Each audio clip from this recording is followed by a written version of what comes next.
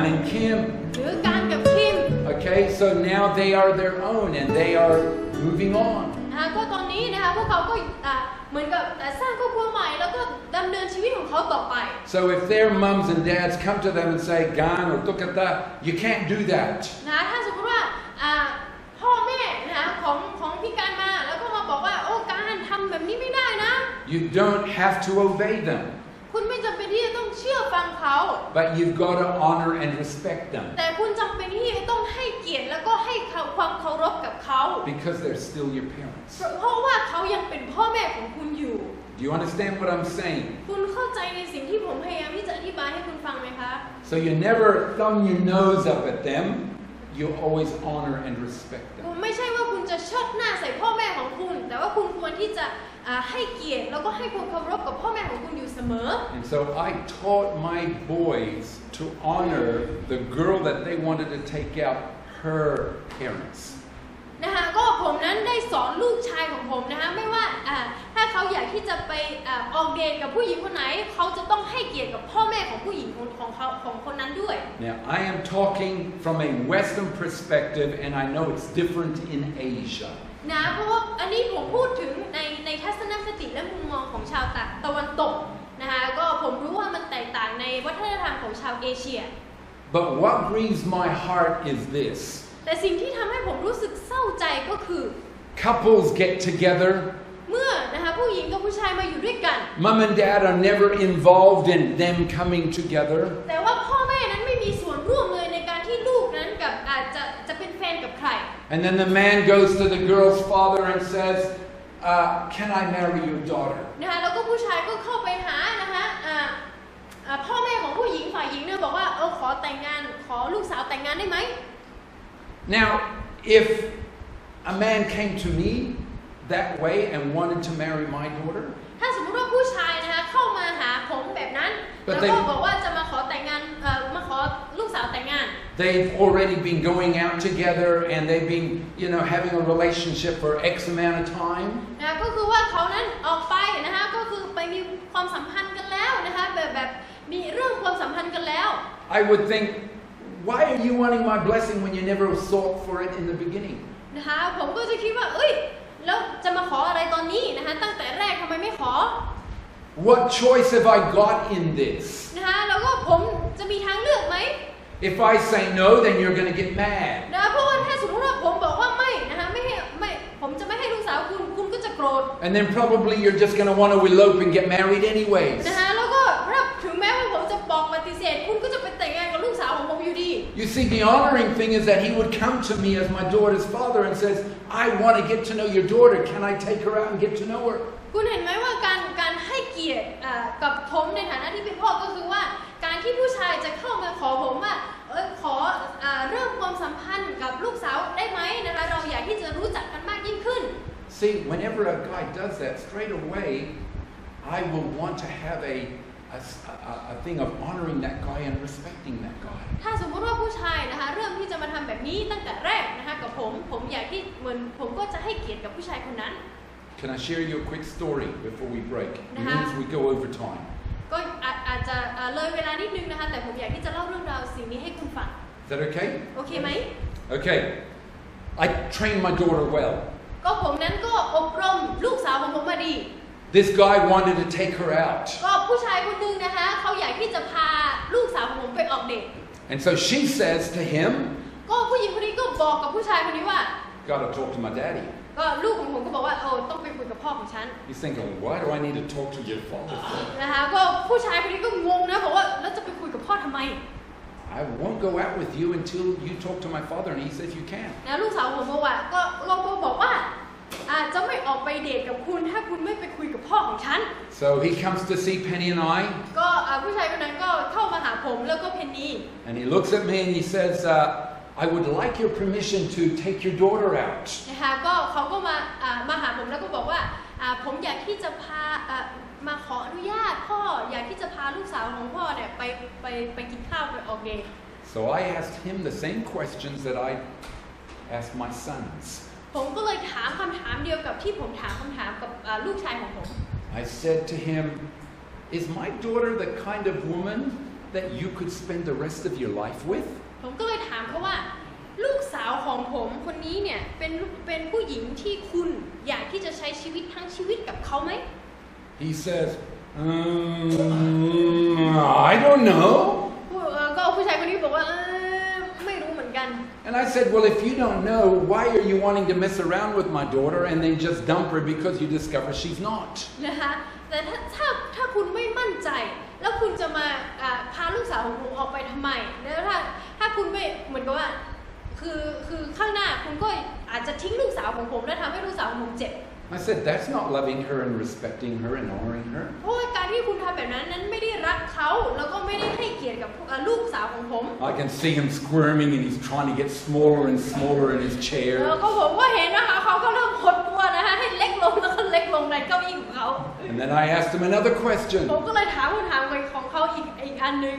I said, do you have a regular time with Jesus? ผมก็เลยถามเขา Reading his word and spending time with him. ผมก็เลยถามเขาว่าคุณนั้น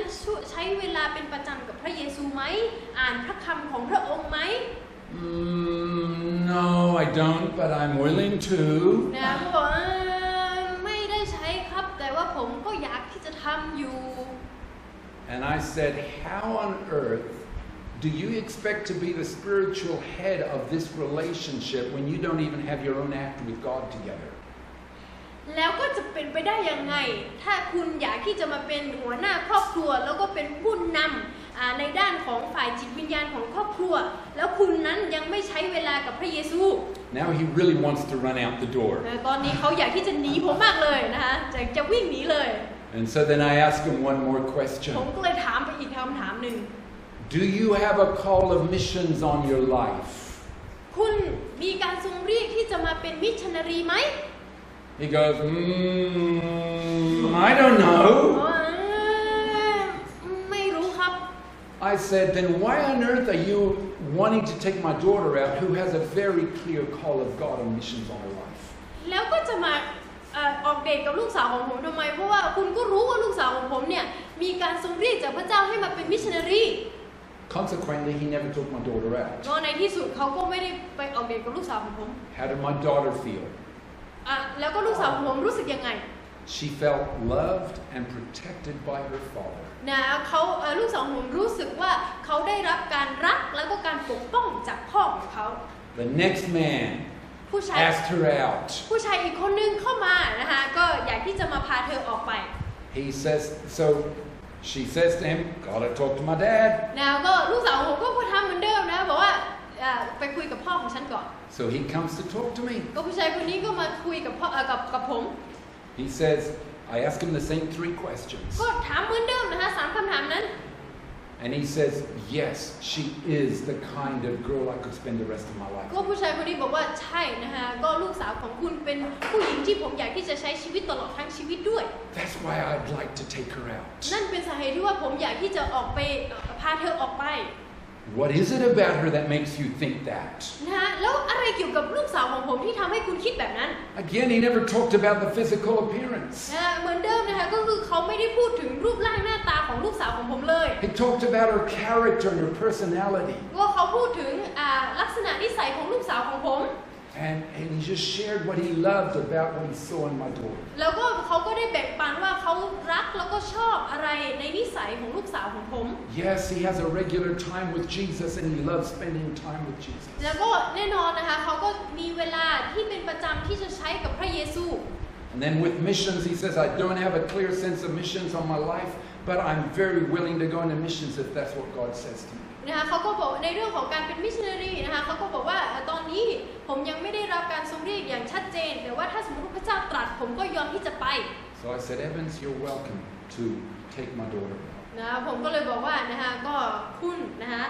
ผมยินดีให้คุณนั้นพาลูกสาวของผมออกไปเดท They got married แล้วในที่สุดเขาก็แต่งงานกัน 3 years ago. 3 ปีที่ผ่านมา And they're settled in America. แล้วตอนนี้เขาก็เหมือนย้ายไปครอบครัวไปอยู่ที่อเมริกา You see, when parents are honored, they want to give their blessing. คุณเห็นไหมว่าเมื่อพ่อแม่นะคะได้รับการให้เกียรติแล้วก็ให้ความเคารพเขาก็อยากที่จะอวยพร So learn to honor your parents. นะให้เรียนรู้ที่จะเคารพแล้วก็ให้เกียรติกับพ่อแม่ของคุณ And you will find God's blessing just beginning to be poured out. แล้วก็คุณนั้นจะได้เห็นถึงการอวยพรนะคะที่จะมา Let's take a break. เดี๋ยวให้ไปพักเบรกกันนะคะ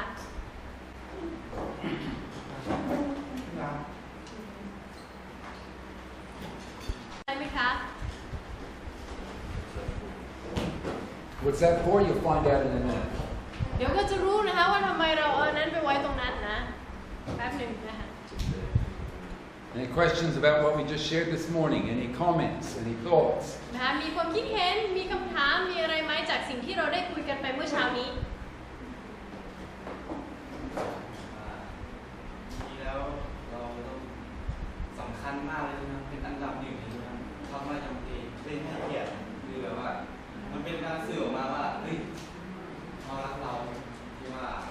ให้เกียรติคำว่าให้เกียรติผมว่าสื่อชัดเลยเป็นอันดับแรกเลยที่ว่าสื่อออกมาว่าเขารักเราคำว่าให้เกียรติ So am I right in hearing that this word to honor, to respect, it really is a priority. It communicates, it communicates that love, and so it's really important.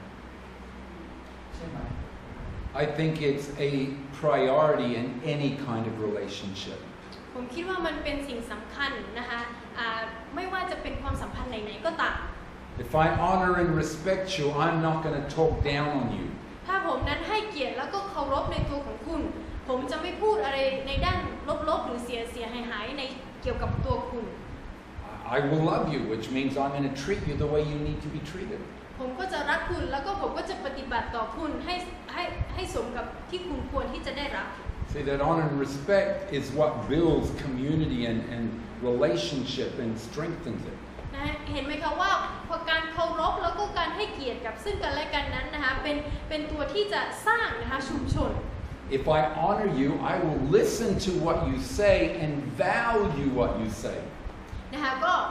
ถ้าสมมติว่าผมให้เกียรติกับคุณเคารพคุณใช่ไหมผมก็จะฟังในสิ่งที่คุณพูด I'm not going to say, it's just him again. I'm not going to listen to that. นะคะผมก็จะไม่พูดว่าบอยอีกละไม่ฟังแล้วนะคะ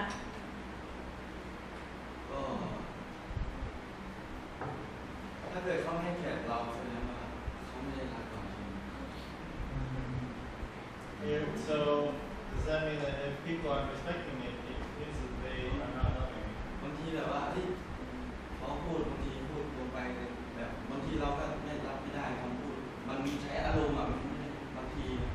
แสดงว่าเขาไม่ได้รักเราใช่ไหม And sometimes, like the way people speak, or they use their emotion in a way that's not very good. It makes me feel like I can't receive that.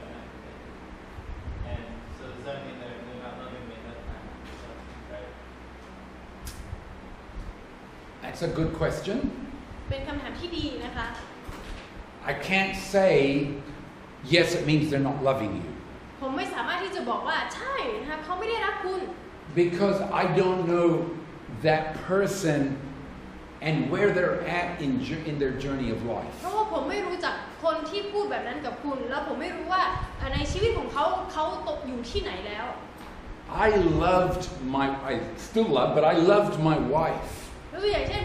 ผมรักภรรยาของผม But because of the pain in my past, I didn't know how to love her. เพราะว่านะคะความเจ็บปวดในชีวิตของผมในอดีตบางครั้งผมไม่รู้ว่าจะรักเธออย่างไร So I was impatient with her. I was angry with her. ผมนั้นนะคะแบบใจร้อนกับเธอแล้วก็โกรธเธอ I wouldn't listen to her. ผมไม่ฟังเธอ I demanded a lot of things of her. แล้วก็ผมนั้นก็แบบเรียกร้องอะไรหลายๆอย่างที่จะให้เธอทำ And those are not an expression of love. แล้วนั่นนะคะไม่ใช่การปฏิบัติที่แสดงออกให้เห็นถึงความรัก So I can say that those things that they do to you, they're not an expression of love to you. นะคะก็ดังนั้นผมจึงไม่สามารถที่จะบอกได้ว่าสิ่งที่คนนั้นปฏิบัตินั้นมันไม่ได้ออกมาในใจของเขานั้นไม่ได้มีความรักให้กับคุณเลย But because I don't know them, I don't know if deep inside they do love, they just don't know how to express that love. ก็คือเพราะว่าผมไม่รู้จักคนนั้นใช่ไหมคะดังนั้นผมไม่แน่ใจว่าเขาอาจจะรักคุณแต่ว่าเขาไม่รู้ว่าเขา I look back at my father now and I know he loved me. นะเมื่อผมมองย้อนกลับไปหาพ่อของผมรู้ว่าพ่อของผมรักผม He just didn't know how to express that love to me. แต่ว่าพ่อของผมนั้นไม่รู้ว่าจะปฏิบัติออกมาให้ผมรู้ได้อย่างไรว่าพ่อของผมรักผม Does that help? พอช่วยไหม ช่วยเพราะว่าอย่างเช่นตอนที่ผมอยู่บ้านครับผมที่ไม่ดีแล้วก็ไปเที่ยวไปอะไรอย่างเงี้ยก็พอสักวันหนึ่งผมกลับใจก็ที่จะทำดี So yeah, that's definitely helpful. Before I was not a good son when I was at my home, and I would go out and I would do all sorts of things that were not good. ตั้งใจมากที่จะทำดีแต่ว่าพ่อเขาบอกผมว่าคุณทำดีได้แค่วันเดียวนั่นเองแต่ว่าไม่ให้เกียรติที่ความตั้งใจของผม When I repented and was trying really hard to get back on the good track, I still messed up, and my father would say stuff like,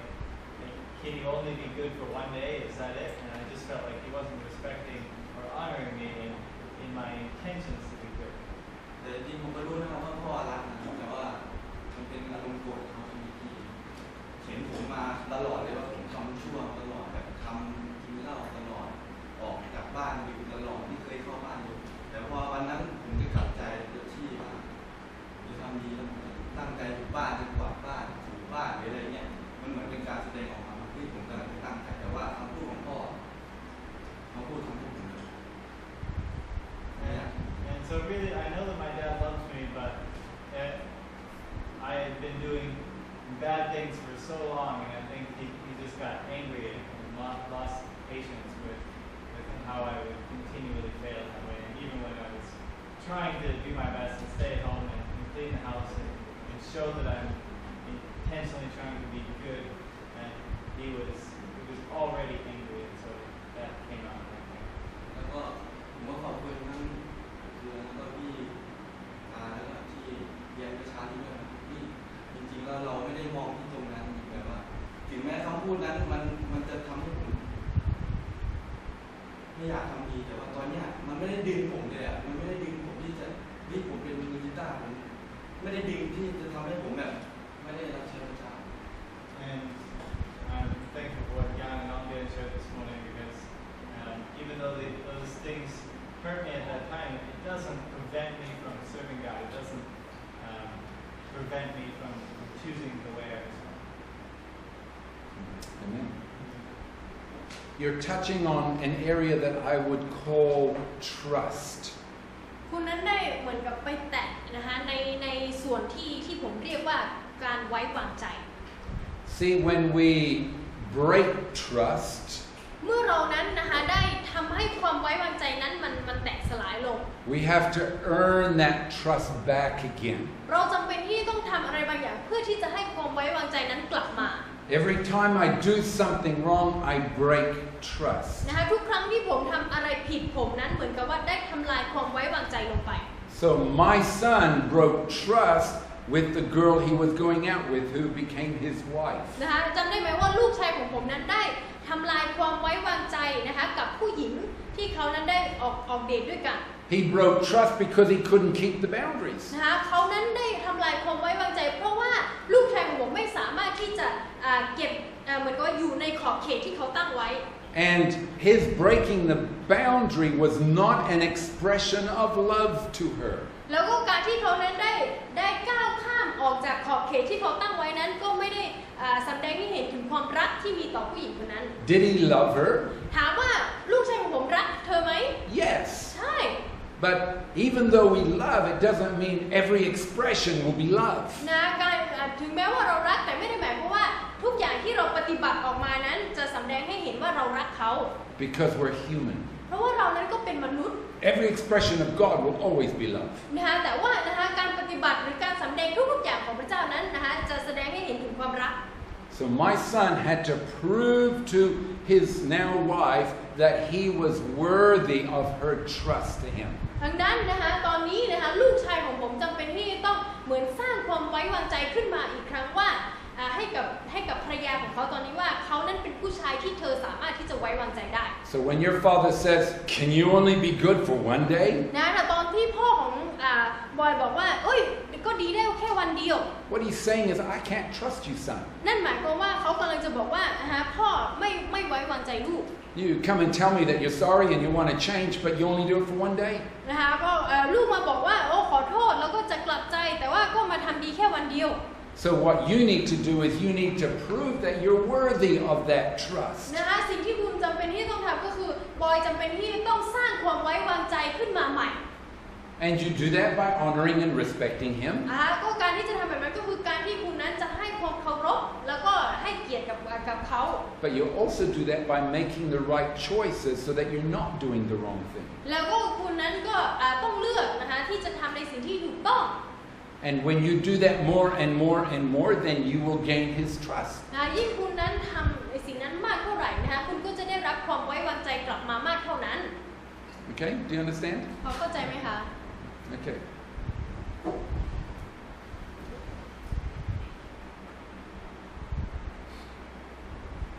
Okay, we're going to move on and talk about what is sin. นะคะเดี๋ยวเราจะไปต่อนะคะเราจะมาพูดกันว่าอะไรคือความบาป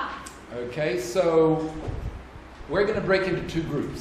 เราจะแบ่งเป็น2กลุ่มนะคะ This is a spheres DTS. ก็เราได้พูดว่านี่เป็นDTS ในโจในด้านสังคม And one of the spheres of society หนึ่งในด้านสังคมนั้น is the arts. คือนะคะศิลปะ And so you're going to use your artistic skills คุณก็จะใช้นะคะศิลปะที่คุณมี and you're going to describe what sin is. แล้วคุณก็จะเหมือนกับว่าให้แสดงนะคะผ่านทางศิลปะของคุณนะคะว่าอะไรคือความบาป Now this is an opportunity for teamwork. อันนี้ก็เป็นช่วงเวลาที่คุณจะทำงานเป็นทีม In other words, you work together. ก็คือทำงานด้วยกัน One doesn't just sit back and let the other do ไม่ it. ใช่แค่แบบคนหนึ่งนะคะโอ้ถอยออกมาแล้วก็ปล่อยให้คนอื่นทำ We all participate together. นะเราทุกคนนะคะทำด้วยกัน So to make it easier, we'll have a Thai-speaking group and an English-speaking group. เดี๋ยวเราจะแบ่งนะคะเพื่อที่จะให้ง่ายนะคะก็คือเดี๋ยวเราจะแบ่งเป็นกลุ่มคนไทยแล้วก็กลุ่มต่างชาตินะคะ So we will have the English-speaking group right here. เดี๋ยวเราจะให้กลุ่มต่างชาตินะคะที่พูดภาษาอังกฤษอยู่ตรงนี้ And I want you to bring your coloring pencils. เดี๋ยวให้เอานะคะดินสอสีที่เราแจกให้คุณนะคะเอามา And we'll have the Thai-speaking group over here. แล้วก็เดี๋ยวเราให้กลุ่มคนไทยนะคะอยู่ตรงนี้นะคะ And you will do it, you will bring your coloring pencils. ก็นำเอาดินสอสีของคุณมา And I want you to try and describe, paint a picture of what sin is. นะคะแล้วก็ผมอยากที่จะให้คุณนะคะทำผ่านทางศิลปะของคุณนะคะบอกว่าอะไรคือความบาป And then we're going to show the other group what we believe sin to be. แล้วก็เดี๋ยวเราจะมานำเสนอนะคะให้กลุ่มอื่นได้เห็นนะคะว่ากลุ่มของเราเชื่อว่าความบาปคืออะไร Okay, let's go for it. And staff, I want you to be involved, not to tell them what it is, but just to make sure they're participating. นะคะเดี๋ยวสตาฟนะคะให้ร่วมด้วยนะคะให้ร่วมกับกิจกรรมนี้ด้วยนะคะ Okay, let's go for it. นะให้เริ่มได้ค่ะ Thai speaking group, English speaking group.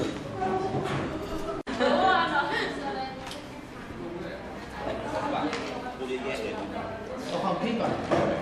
คิดว่าความเราวาดใครวาดมันหรือว่าวาดให้มันเป็นรูปเดียวกัน ว่ารูปเดียวกันคือเอา เว ประ ลา มาณ คิด นั้นไหม เดือนยุจะวาดใครวาดมัน เอาว่าจริง คือสำหรับพี่นี่คือว่าความบาปคือสีดำสำหรับผมนะผมคิดว่าความบาปมันมืดเล็กมันดำแล้วก็มันเกี่ยวอะไรที่มันคือมันมองไม่เห็นมันซ่อนหรือมันทำให้เราหลงทางในความคิดของพี่นั้นเราแชร์กันก่อน Okay, I didn't say you've got 15 minutes to do it. ใช้เวลา15นาทีนะคะ15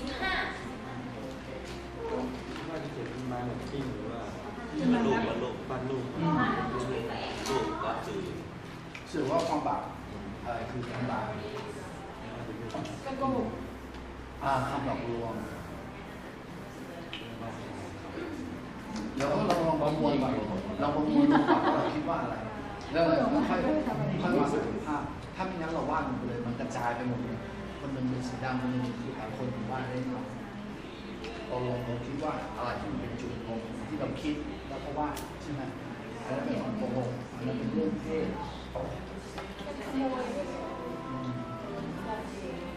การทำ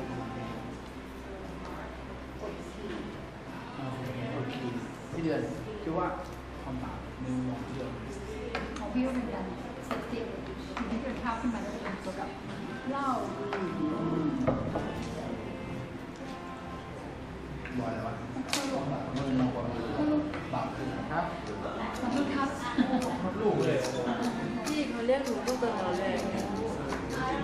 เรียกแม่ดีไหมเนี่ยจะได้นะอุ้ยต้องความบาปพี่หุยยังเรียกพี่เลยอ่ะพี่เรียกแม่มันจะแปลกอ่ะ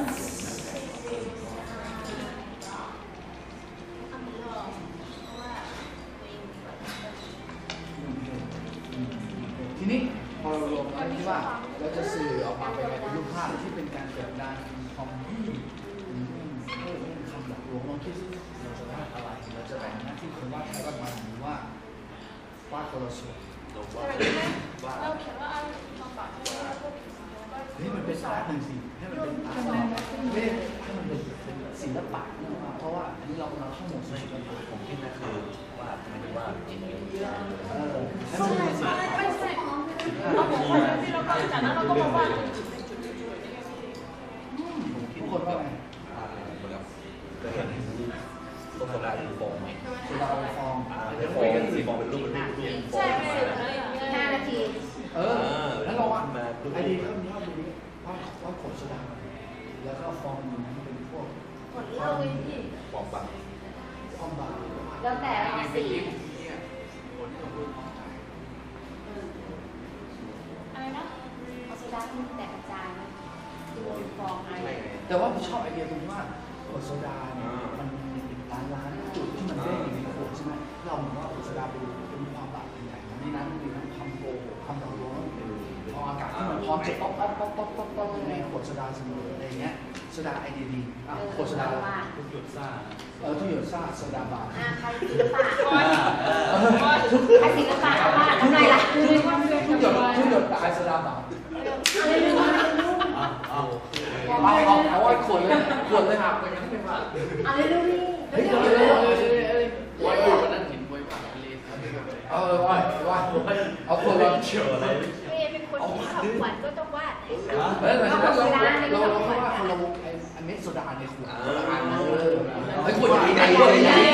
เอาอย่างนี้หรืออย่างนี้เฮ้ยแม่แล้วเป็นไงกันแน่เนี่ยโอเคอันนี้ผมขวดขวดยาวเลยเต็มเลยเนี่ยวาดเฮ้ยไม่ใช่เหลืองนะก็ลงมาวาดที่สวยนะไม่เป็นไรเฮ้ยจะเป็นพูดไม่สวยวันนั้นเขาว่าทะเลคิดถึงหัวหินเลยอ่ะตรงมากอ่ะไปเขียนตัวนี้มาโซดาเหมือนเดียวเพลงไทยอ่ะเฮ้ยจะแทงไม่ใช่ฟ้องร้านเดิมอ่ะร้านนั้นอ่ะน้ำเฮ้ยไม่ต้องวาดโลโก้นะเดี๋ยวบางฟองหมดเดี๋ยวโลโก้เข้ามาทีหลังค่าพิกเซอร์ไว้ฟองแย่มีฟองไม่เหมือนฟองนี่เอาที่ร้านทานจริงๆก็พี่ไม่วางใจผมเขียนเป็นโซดามีชาเค็มอยู่ข้างในไอ้ฟองมันจะได้แสงล่างขึ้นมามาเปิดถามว่าเลยไข่มุกด้วย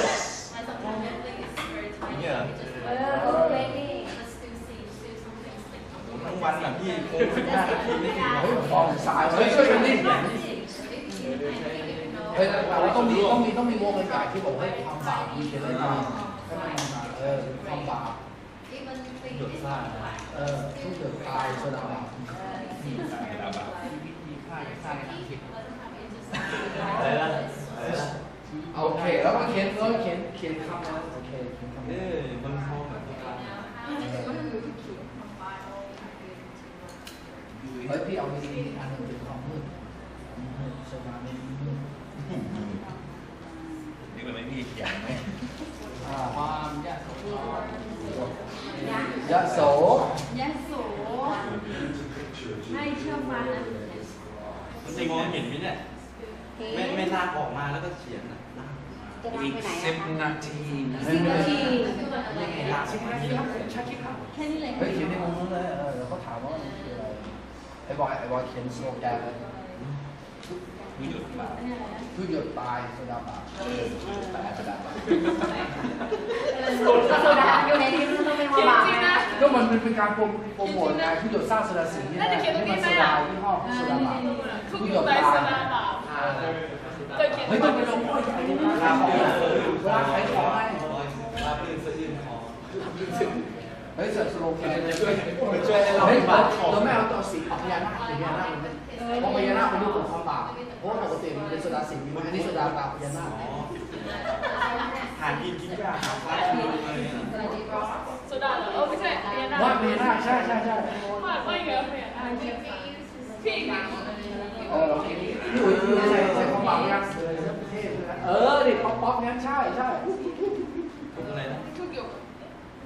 ดตายโซดา นี่เราเขียนเล่าเลย เดี๋ยวเลย โอ้ยยอม ปิดไว้เราก็ไม่เขียนน่ะก็บอกเลย หยุดตายอะไรวะโอ้เอาแล้วความมืดโซดาบาป มีความกดดันโส ฉาขโมยไม่ยากขโมย ขโมยมีแล้วช้า นี่ ยิงตา นิสยา ลวง สิฟ้า นี่เรามาแต่งนี้เหรอวะ สิฟ้ามา เสร็จแล้วหรอวะ ท่านนวดโอ้ย ไหลก็ทุกคือเลย บอกล่วงไปแล้วนะเอาไปจองของ เจ้าของ เขียนขนาดนี้อันนี้ทีนะ อันนี้ปากกาชั้นนี่นะเอาไปอ่ะ ของม่วงไง อยู่ในตะกร้าเองอ่ะ สามเท้า หาเดียว ถ้าขาวตีรอบนี้ตีขาวเยอะ โอเคข้างนอกไม่ได้ ดูต้นทางเลยไม่ต้องฟัง ไม่เข้าแล้ว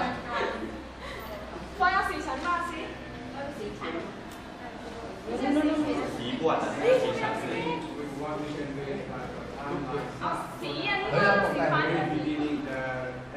เฮ้ยลองคิดดูสิว่าโซดาเนี่ยมันมีคุณภาพในกระป๋องแล้วก็เราจะได้ดูเซ็นได้ว่าเฮ้ยความบาปมันสร้างโซดา นี่เป็นกฎของโซดาเวลาเราเดินให้ผิดว่าแสบจมูกมันแบบ ไม่ใช่ได้ มันสามารถทำให้หมูได้ เรากินน้ำโค้กกับพี่หรือว่า เมื่อกี้บอกว่าสร้างคือเราต้องเข้าใจสภาพของโซดาก่อนโซดาเนี่ยในขวดแล้วเราโดนมันจะมีเป็นล้านหยดมันจะมีเป็นมันมีกฎเป็นแบบว่าเยอะมากและเราเปรียบเหมือนกฎเนี้ยเป็นอยู่ในขวดโซดาที่ความบาปเนี่ยมันเยอะที่เรามีอยู่เราจะพรีเซนต์ว่าโอเคโซดาเนี่ยมันดูขาวสะอาดใช่ไหมวะขวดโซดามันดูเหมือนขาวสะอาดใช่ไหมแต่แล้วความบาปมันดูซ่าได้ไง แกงใช่ไหมพี่กินแล้วนะมันก็แบบไม่ขาดสมได้เราต้องดู มันมีที่สำนักงาน ไม่แต่ว่าโซดาก็จริง มันมีรูปนะ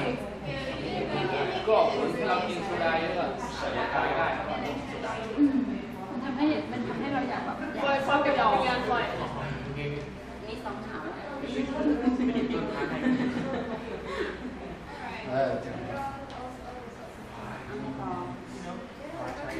กาแฟน้อยหนึ่งเนี่ย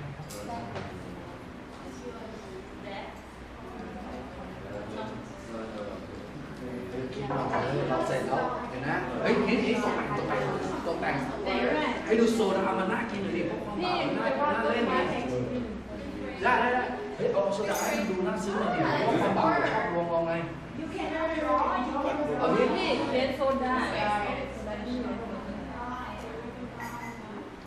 อะไรอ่ะของฟอยอ่ะที่ฟอยบอกอ่ะเรื่องเศร้าเล่าเข้มๆอะไรนะอะไรอ่ะ เครื่องเศร้าเราเข้มๆเลย นั่นแหละโซดาใช่ไหมพี่ โซดาไม่ต้องเลย ตอนเด็กร้องอ่ะรสหวานรับประทานง่ายนะไม่เลย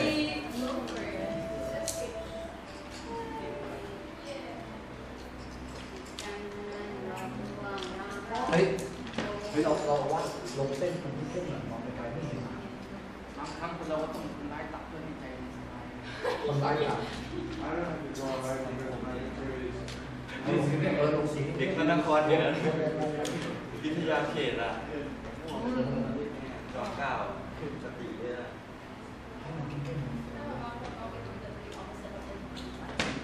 คนละฝั่ง คนละสีเลยอ่ะโอ้โห นี่แหละ เฮ้ยแหละสีดำเป็นใสๆด้วย จริงไงหรือลงสีเลยเลย พวกความฝันชอบทำให้เราแบบว่าอยากลองอยากเล่นไง เปรียบเทียบเปรียบเทียบ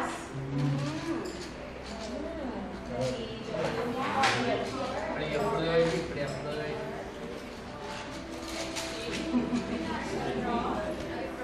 เดี๋ยวจะหมดเวลาแล้ว น้อยใจน้อยใจ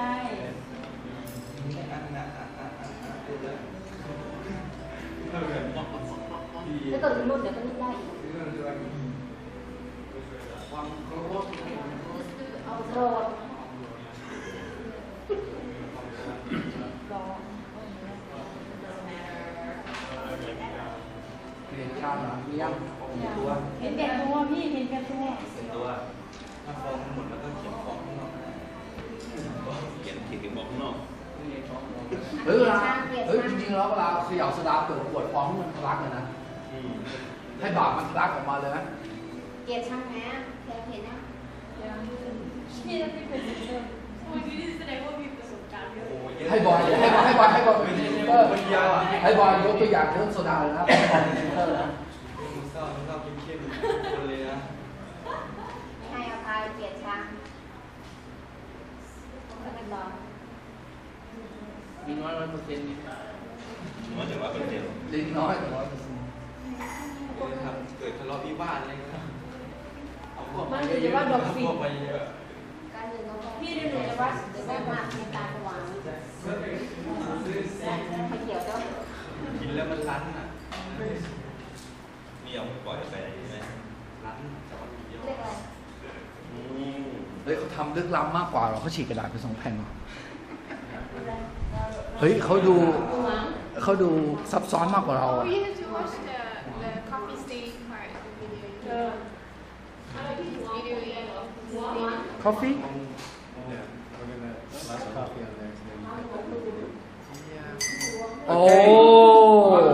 One more minute left อี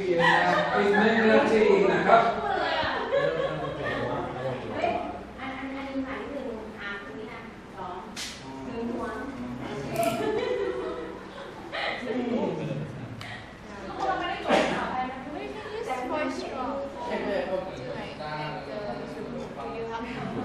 Yeah, you straw gonna be good. Oh!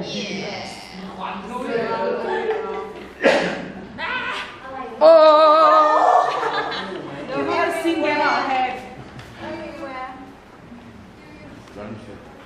Use like a shirt, spread it.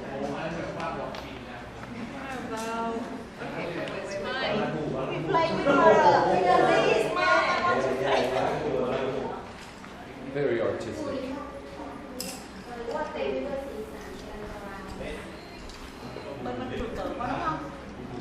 Okay, guys, time is up. หมดเวลาแล้วค่ะ โซดา So this is like soda? ของบาปก็เหมือนฟองของโซดาที่ว่าถ้าเกิดซ่าโซดาสีนะครับมันเป็นชื่อมันเป็น สโลแกน สโลแกนของโซดา And so the bubbles inside is like the sing. It's like the slogan. เราต้องเปรียบเหมือนฟองโซดานั้นเป็นทุกหยดตายใช่ไหมครับเพื่อเราได้รู้จักพระเจ้าทุกหยดก็ตายโซดาบาปโซดามันเป็นฟองที่มันบาปแต่เรามารู้จักพระเจ้าแล้วโซดาที่มันเป็นความบาปเรา And the bubbles are sin and they rise towards death. And the bubbles pop and they die. ครับแต่เนี่ยมันทำให้เราแบบอยากดิ้มรองนะครับทุกอย่างทุกหยดเนี่ยมันทำให้เราแบบดึงดูดความบาปเป็นดึงดูดความสนใจให้เราที่อยากจะลองกิน And they distract you and they pull you away from from the good you want to do. ในฟองก็จะมีทั้งความอิจฉา ความโกหกการถูกข่มเหงหรือว่าไม่เชื่อฟังหรือว่า disobedience, jealousy,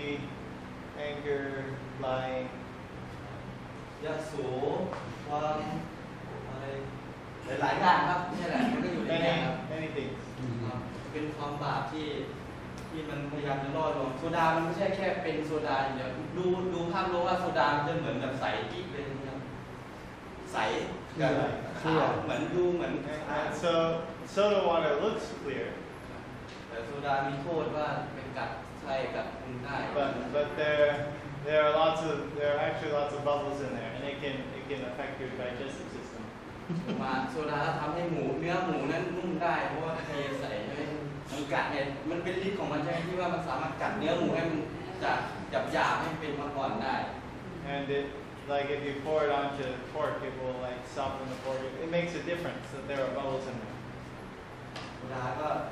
หลายอย่างเนาะทำได้หลายอย่างทำเป็นมิกเซอร์ทำไปผสมกับเหล้าแล้วก็โอ้โหรสหวาน If you mix it with alcohol, that really ups the flavor. มันทำให้กินเหล้าได้ลื่นคอ Makes it go down smooth. ผสมเฮโรบอยก็หวานครับผสมกับเฮโรบอยมันทำให้ซ่ามากขึ้นให้มันไม่ใช่แค่หวานอย่างเดียวซ่าไป You can mix it with any different kind of drinks and syrups. ที่ผมพูดมามันก็คือสิ่งที่มันล่อลวงเราแล้วก็ทำให้เราแบบอยากที่จะลองมันอยากที่จะชิมมันว่า It deceives us. It makes us want to try it. Want to see what it's like. ใช่ครับแล้วก็นี่อะไรคือบินดอกบินที่มันเป็นสารเสพติด Oh, and that's like drugs. Okay, guys, that's very good. Now, what did you? เราได้ใช้หน้าที่ได้ที่จะถามพระเจ้าเรื่องนี้แล้วก็ทุกคนได้เสนอ So our idea kind of a bit different. ก็เรามีความคิดต่างกันหลายอย่าง Okay, this is the beginning, like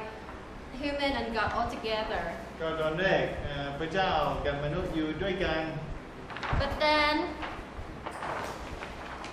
sin comes to the world, and then just split like God and human. หลังจากนั้นมีความบาปแล้วก็ถูกแยกจากพระเจ้า Okay. And sin is something hidden. That's why we wrap it up. Like here, lots of sins here, but because sin something hidden, so we just scratch the paper. ความบาปเป็นอะไรที่เราจะซ่อนไว้เราไม่อยากให้คนอื่นรู้เราก็เลยเอากระดาษแบบซ่อนสิ่งที่อยู่ข้างใน And when you open it up, you see it's very dirty. แต่เมื่อเราเปิดมันแล้วเราเห็นว่ามันสกปรกมาก And this is all the image that we got when we asked God about like what sin is. ก็มีภาพต่างๆที่นี่ด้วย This is a heart, but it's not like the normal heart. It's covered with thorns. มีหัวใจแต่ไม่ใช่หัวใจปกติเป็นหัวใจที่แบบคลุมด้วยอะไรนะ thorns Like because of sin, like we cannot like experience true love anymore. เราไม่สามารถที่จะประสบความรักที่สมบูรณ์อีกต่อไป And then our heart covered with thorns. แล้วก็เหมือนชีวิตของเราถูกแบบปกปิดด้วยงานนะ And sin is like if something like a layer, like separate us from God and make us feel shame about ourselves. แล้วก็เป็นสิ่งที่แยกเราออกจากพระเจ้าแล้วก็รู้สึกอับอาย And then sin is like a choice. แล้วก็ความบาปมันเกี่ยวกับ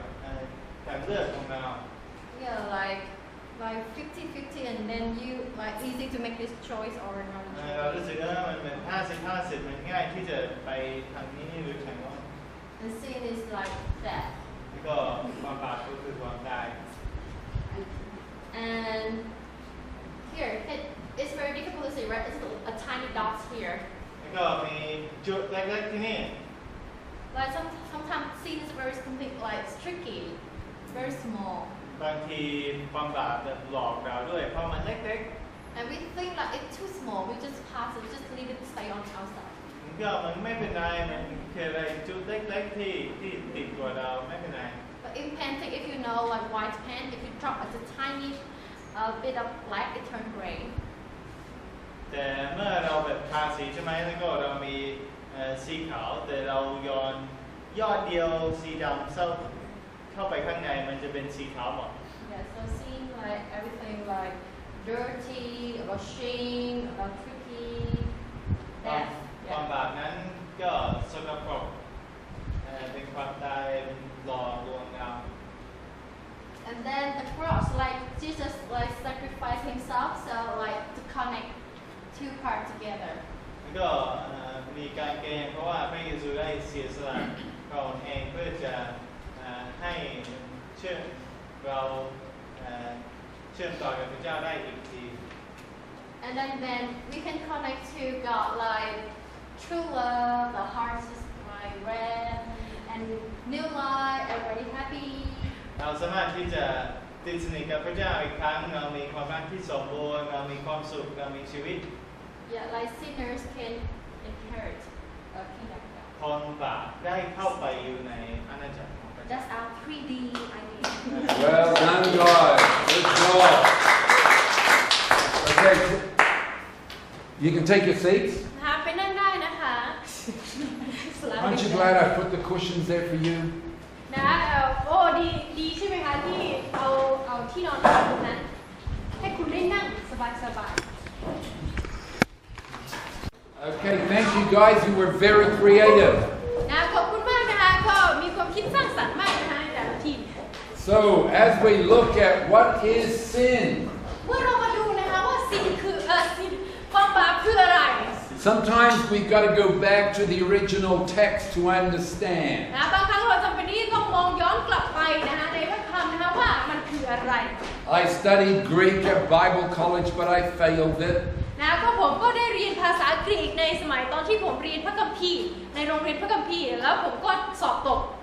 But there's a Greek word for sin, แต่ว่ามันเป็นนะคะมี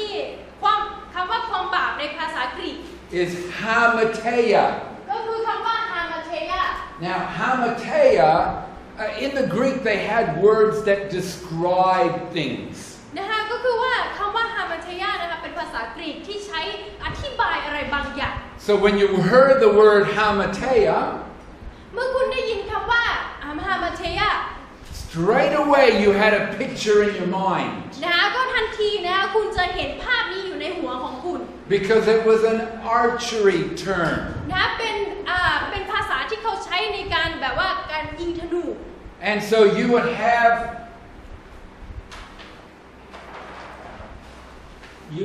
your target, คุณก็จะมีเป้าของคุณ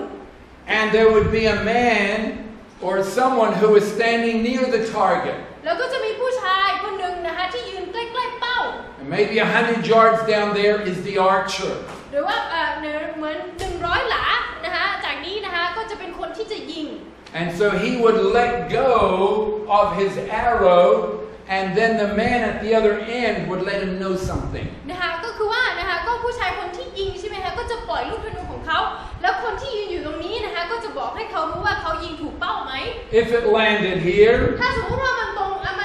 มันถูกตรงนี้ he would say, Hamartia! แล้วคนนี้ก็จะบอกว่าฮามาเทยา What does that mean in มัน English? หมายความว่าอย่างไรพลาด You missed the target. พลาดเป้า What's the target? เป้าคืออะไร The bullseye, okay, in the red. นะคะก็คือตรงจุดสีแดงตรงนี้นะคะคือเป้า So he could have gotten right in the black. นะคะเขาสามารถที่จะอยู่ตรงนี้นะคะสีดำตรงนี้ใกล้ๆสีแดง Hamartia, นะคะฮามาเทยาเหมือนกัน because he still missed the mark. นะคะเพราะว่าเขายังพลาดเป้าอยู่ So that's what hamartia means, missing the mark. อันนั้นนะคะก็คือนะคะคำว่าฮามาเทยาก็คือการพลาดเป้านะคะ So we're all going to try and hit the bullseye. ดังนั้นเราทุกคนนะจะมาลองดูนะคะว่าเราจะตรงเป้าไหมเข้าเป้าไหม What do you think the bullseye represents? คุณคิดว่านะคะสีแดงจุดสีแดงนั้นคือได้แสดงให้เห็นถึงอะไรคืออะไร God what? พระเจ้าอะไร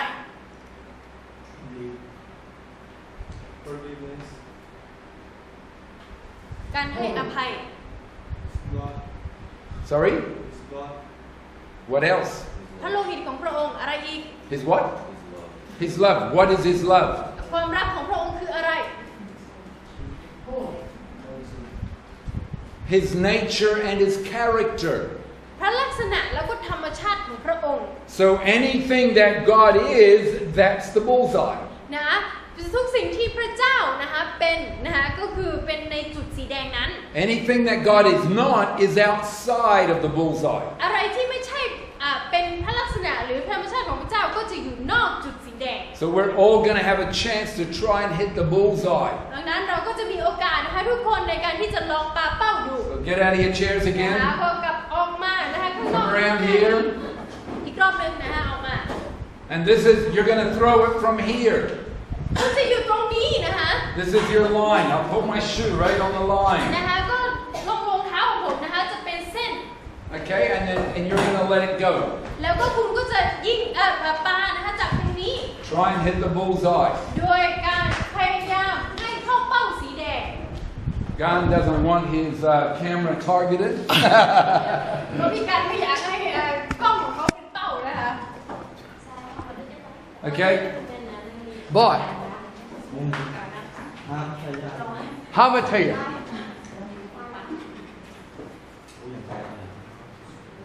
Hamataya!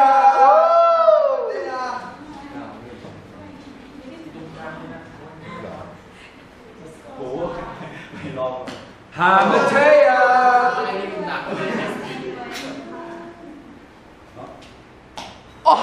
Hamataya! No.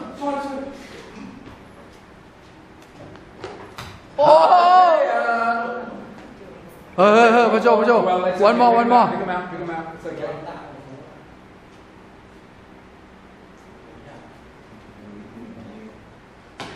Hamataya! Okay, bring me here. Okay, who hasn't had a turn? ใครยังไม่ได้ทำไปเลย Come on, keep coming.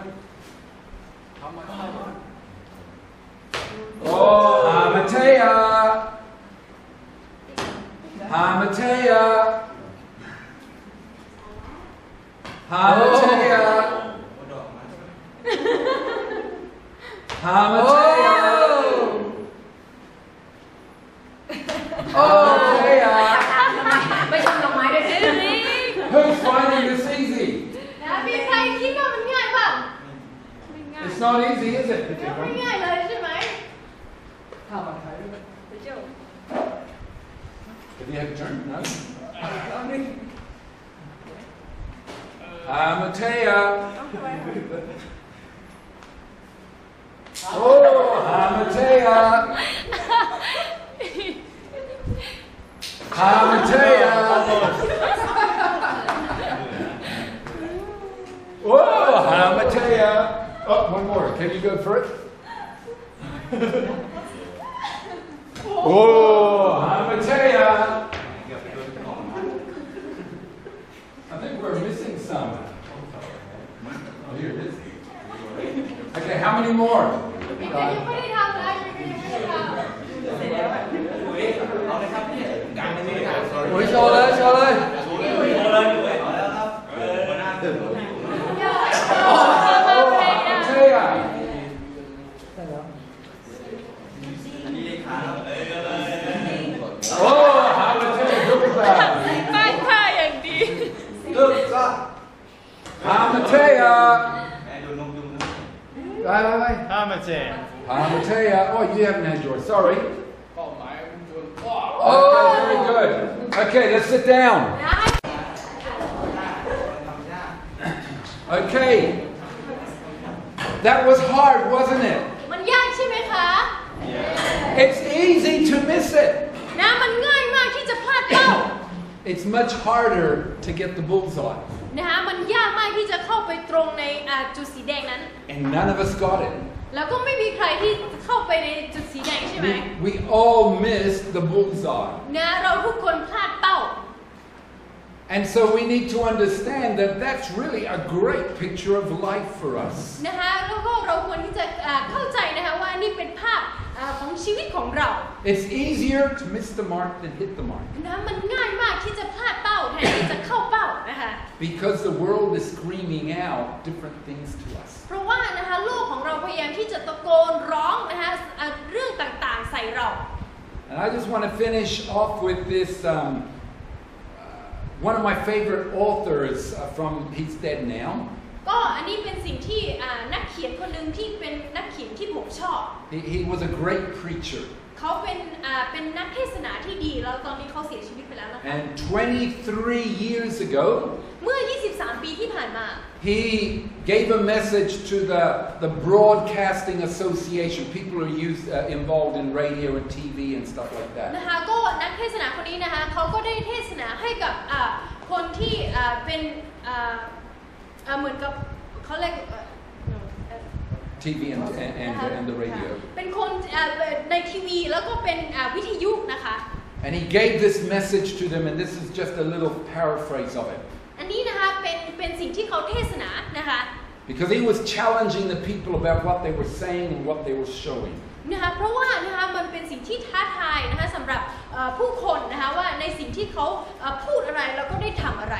This was 23 years ago. อันนี้นะคะเกิดขึ้นเมื่อ 23 ปีที่แล้ว And it's a lot worse today. แล้วก็ในปัจจุบันนี้มันแย่กว่านะคะเมื่อ 23 ปีที่ผ่านมา He said what used to be called disgusting is now called adult. นะคะเขาบอกว่าสิ่งที่เคยถูกเรียกว่าน่าขยะแขยงตอนนี้ถูกเรียกว่าเป็นผู้ใหญ่ What used to be called modesty is now called a sexual hang-up. สิ่งที่เคยถูกเรียกว่านะคะ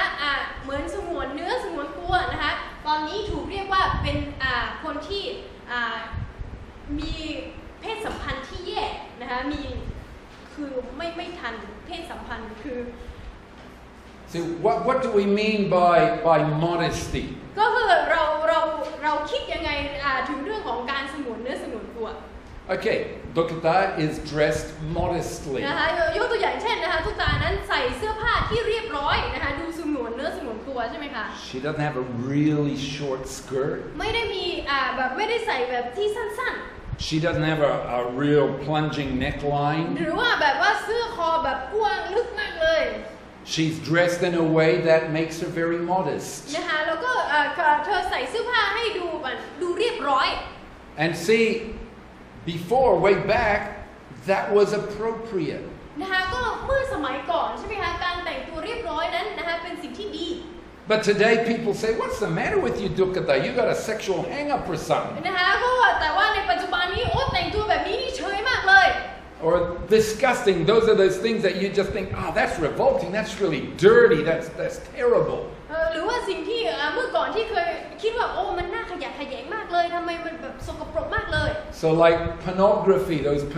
pornographic movies. ตัวอย่างเช่นนะคะภาพโป๊หรือหนังโป๊ Those were called disgusting before. นะคะสิ่งเหล่านั้นเคยถูกเรียกว่าเป็นสิ่งที่น่าขยะแขยง But what we call them today is adult movies. แต่ว่าปัจจุบันนี้เราถูกเรียกว่าหนังผู้ใหญ่ And they have classifications of movies. แล้วก็ตอนนี้นั้นเขาถูกเหมือนกับจัดลำดับนะคะหนัง And now what used to be disgusting is mainstream. It's in movies, any movie today. นะคะเพราะว่าสิ่งที่เคยถูกเรียกว่าขยะแขยงนั้นตอนนี้นะคะอยู่ในหนังที่ปัจจุบันทุกคนก็ดูได้ Yes, Jake? Yesterday at home, about 50,000 men gathered together to actually protest against pornography in Australia. So they're trying to get it closed down at the moment. Right. Yeah. So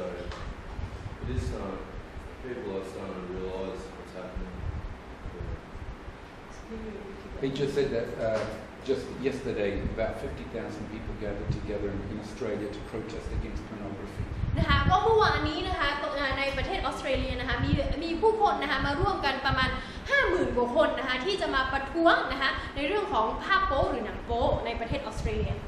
What used to be called chastity is now called a neurotic inhibition. นะ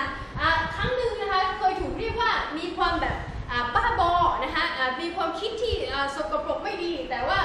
โอ้ไม่ใช่ What you said that's neurotic inhibition. Yeah. But chastity is where you keep yourself pure. ใช่ค่ะก็ครั้งหนึ่ง เคยถูกเรียกว่าเป็นคนที่เก็บตัวให้บริสุทธิ์ผุดผ่องใช่ไหมคะแต่ว่าตอนนี้ถูกเรียกว่าเป็นคนที่มีความผิดปกติทางสมองนะคะ There are people who wear chastity rings. ยกตัวอย่างเช่นนะคะมีคนที่แบบว่าใส่แหวนแบบแหวนแห่งความบริสุทธิ์ของเขา Another word is called purity rings. คือเป็นแหวนแห่งความบริสุทธิ์ใช่ไหมคะที่เขาใส่กัน But people who wear them say, I am making a choice to keep myself pure. นะคะคนที่ใส่แหวนนั้นก็คือเหมือนกับว่าตั้งใจว่าฉันจะให้ร่างกายของฉันนั้นบริสุทธิ์ผุดผ่อง And so people 23 years ago were saying, you got some problems upstairs here. ก็คือเมื่อ 23 ปีที่แล้วนะคะเมื่อผู้คนเห็นนะคะมีคนใส่แหวนแบบนั้นนะคะก็จะบอกว่าคุณมีปัญหาทางสมองนะ You've got some real inhibitions. You need to be set free. นะคะคุณนั้นอยู่ในการกดขี่เลยหรือเปล่านะคะคุณจำเป็นที่ต้องได้รับการปลดปล่อย What used to be called moral responsibility is now being called freed up. นะคะสิ่งที่เคยถูกเรียกว่าเป็นหน้าที่รับผิดชอบในด้านของศีลธรรมนะคะแต่ว่าตอนนี้นะคะถูกเรียกว่าให้กลายมาคุณจะต้องได้รับการปลดปล่อย Today, people who are morally responsible is just a very small percentage of people. Most of them are just, I'm free, I don't have to be worried about being morally responsible. เพราะว่าในปัจจุบันนี้คนที่มีความรับผิดชอบในเรื่องของศีลธรรมนั้นมีน้อยมากนะคะก็คนส่วนมากแล้วก็จะบอกว่าฉันนั้นมีอิสรภาพจะทำอะไรก็ได้ What used to be called Christian discipline is now called unhealthy repression. นะคะสิ่งที่เคยถูกเรียกว่าเป็นการdiscipline มีวินัยทางคริสเตียนนะคะแต่ว่าในปัจจุบันนั้นถูกเรียกว่าเป็นการกดขี่นะคะความกดดันที่ไม่ดี What used to be called self-indulgence is now called self-fulfillment. So self-indulgence was when you just indulgent, you just went and enjoyed things. Okay, we'd say that was self-indulgent. You go and enjoy a lot of drinking or a lot of sex or a lot of parties or whatever. You're being indulgent. You're just enjoying a lot of things that you want to enjoy. นะคะก็คือว่านะคะอะไรที่เคยถูกเรียกว่านะคะปล่อยตัวเองให้หลงระเริงไปกับสิ่งต่างๆใช่ไหมคะในอดีตแต่ว่าในปัจจุบันนี้ถูกเรียกว่าเป็นการนะคะเติมเต็มนะคะในชีวิต And today it's all about fulfill yourself. Do what makes you feel good. เพราะว่าในปัจจุบันนี้นะคะทุกคนต่างแสวงหาอะไรเพื่อที่จะมาเติมเต็มให้กับชีวิตของตัวเองทำให้ตัวเองนั้นรู้สึกดี What used to be called living in sin is now called a meaningful relationship. สิ่งที่เคยถูกเรียกว่าใช้ชีวิตในความบาปแต่ปัจจุบันนี้ถูกเรียกว่าเป็นความสัมพันธ์ที่มีความหมาย And we need to finish there because we're out of time. ก็เราจำเป็นที่จะต้องหยุดแค่นี้นะคะเพราะว่าเราหมดเวลาแล้ว So we'll continue on tomorrow morning. นะคะเดี๋ยวเราจะพูดต่อในเรื่องนี้ในวันพรุ่งนี้นะคะ And we'll look at what is sin really. แล้วก็เดี๋ยวเราจะมาดูนะคะว่าอะไรคือความบาป Okay? God bless you. ขอพระเจ้าอวยพรค่ะ